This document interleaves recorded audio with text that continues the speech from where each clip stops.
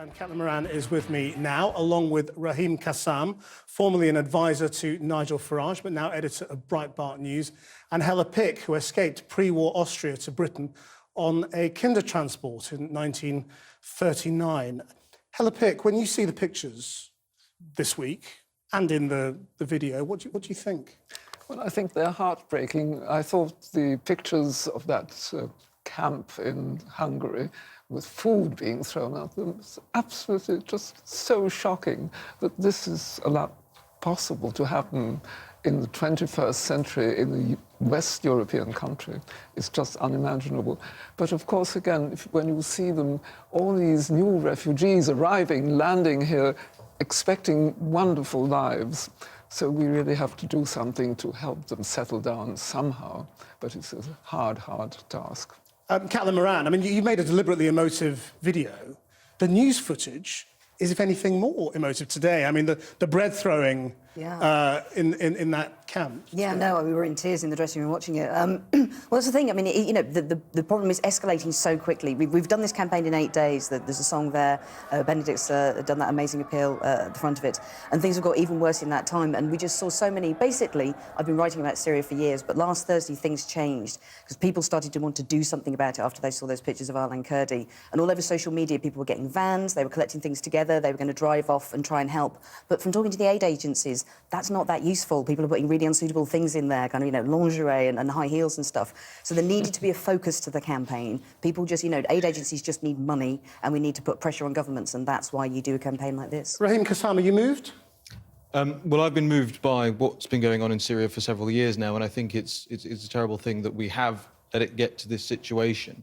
But I also think, to quote one of the things Caitlin said this morning, you know, a switch had been flicked. Unfortunately, I think it was a switch of turning our heads off to how exactly we can help. Now, having said that, I think what they're doing is actually great because it's encouraging voluntarism.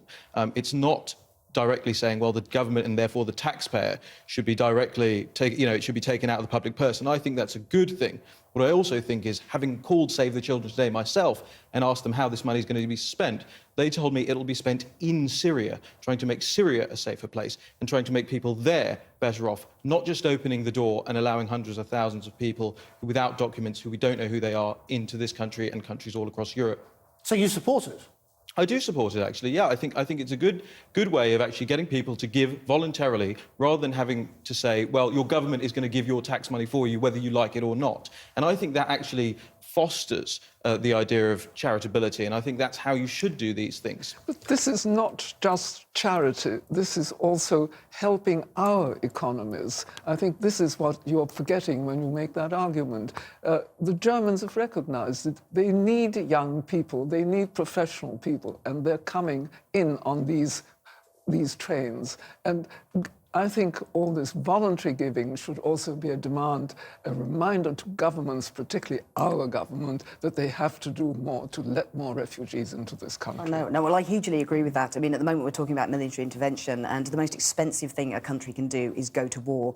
Just to put one soldier on the ground in somewhere like Afghanistan costs between $2.8 and $3.8 million for each soldier. So once you start looking at the scale of what it's going to cost to have any kind of military intervention, aid suddenly seems like a very cheap alternative. I mean, there is a political message, though, there, isn't there? Yes. Really, I mean, perhaps inadvertently, in that you're saying, give us your money. Yeah. But you're also really saying, let more of them into Britain. Well, yeah, no, and I also want to change the conversation about immigration. You know, the word asylum seeker, the word immigrant, is a beautiful word to me. And, we don't talk enough about the benefits of it. There was a brilliant piece by Simon Jenkins today where he was talking about the history of immigration into this country. And he was saying during the potato famine, which is when my family came over from Ireland, Liverpool alone absorbed 500,000 refugees in 2 years. And, of course, Liverpool went on to be one of the great port cities of the world, fueled by the immigrants who came here. They came to London, built our motorways, they built the houses that we live in now. There is a massive benefit to immigration that we're not talking about.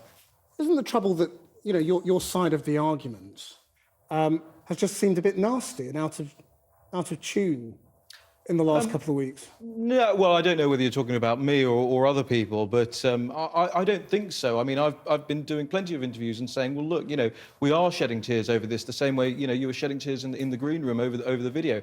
Absolutely. But is the best way to solve this crisis to actually stop the boats and stop people dying and create safety zones in Syria and on the Turkish border and encourage the globe to commit? Good luck to this. with that in the next couple of weeks.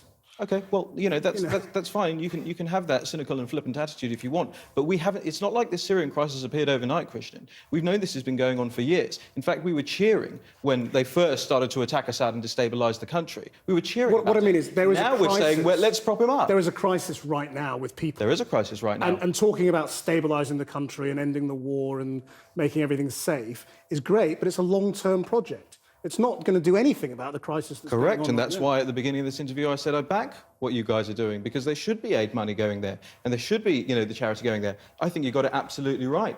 Germany does have a population problem. It does need immigrants. This economy also needs young workers. Listen, nobody's trying to close the door. We're closing the doors to nurses coming in. We have this crazy visa problem here now. It's madness. I mean, the hospitals, the doctors are calling for more nurses, and amongst these Syrians, there are undoubtedly trained nurses, trained people of every description. And just to ignore that, and to talk about 20,000 people being brought in over 5 years it's just it's just not realistic. Just very briefly, Yes. do you think the emotional pull of a charity single still works? Yes, you need to put pressure on governments. Although I have to say, the government, we've just found out before we came on air that George Osborne's waiving the VAT on the single, which we're enormously grateful for. And I do feel now slightly embarrassed about all the rude things that I've written about him and comparing him to Hugh Laurie and Blackadder. I take that back now. Thank you for the VAT waiving, George Osborne. Don't take it back. Thank you all very much indeed.